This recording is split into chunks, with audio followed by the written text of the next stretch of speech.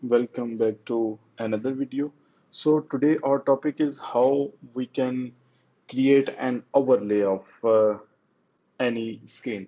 Let's say we have this screen that we have created. We need a button, a cross button here when we are on this screen, like we are implementing this screen as an pop-up.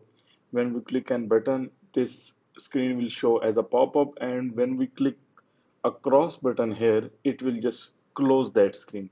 So in previous videos, we have learned how we can create a UI like this using horizontal stack and labels and buttons. But if we need an image or a button on the top of that image, so what we have to do with that? So for that, we have to use an overlay of that screen. So how we can use that? Let's uh, start with that thing. We have to use overlay with content and alignment. So for alignment, as we need that button here in top, so we need to use dot top trailing. Top trailing means the button will show here on the top of that screen. And in content means we what we need, like button, an image view or any other thing. So we need a button here. So we will create a button, and here we use an image to show that button. We just need a cross button here, so we will use X circle here. So here you can see we have a button here, but it's showing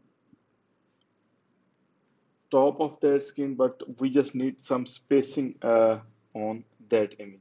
So for that, we just need to use padding dot all, and here you can see it's showing perfectly what we have needed for that. If you want to change a foreground color, so you can also change that thing. So here you see it's showing white, but I think so black is fine. So here you can see it's perfectly showing the overlay on the top of that image that we have implemented. So that's all for today. Hope you learn something new in a quick video, and you can just test it on your devices, and you can uh, implement overlay on multiple screens as well. And please subscribe our channel for more relevant videos regarding iOS, Swift, and other topics related to ID. And if you have any questions, please comment down below. We will answer that for you. Thanks for watching and happy coding. We will see you in the next video.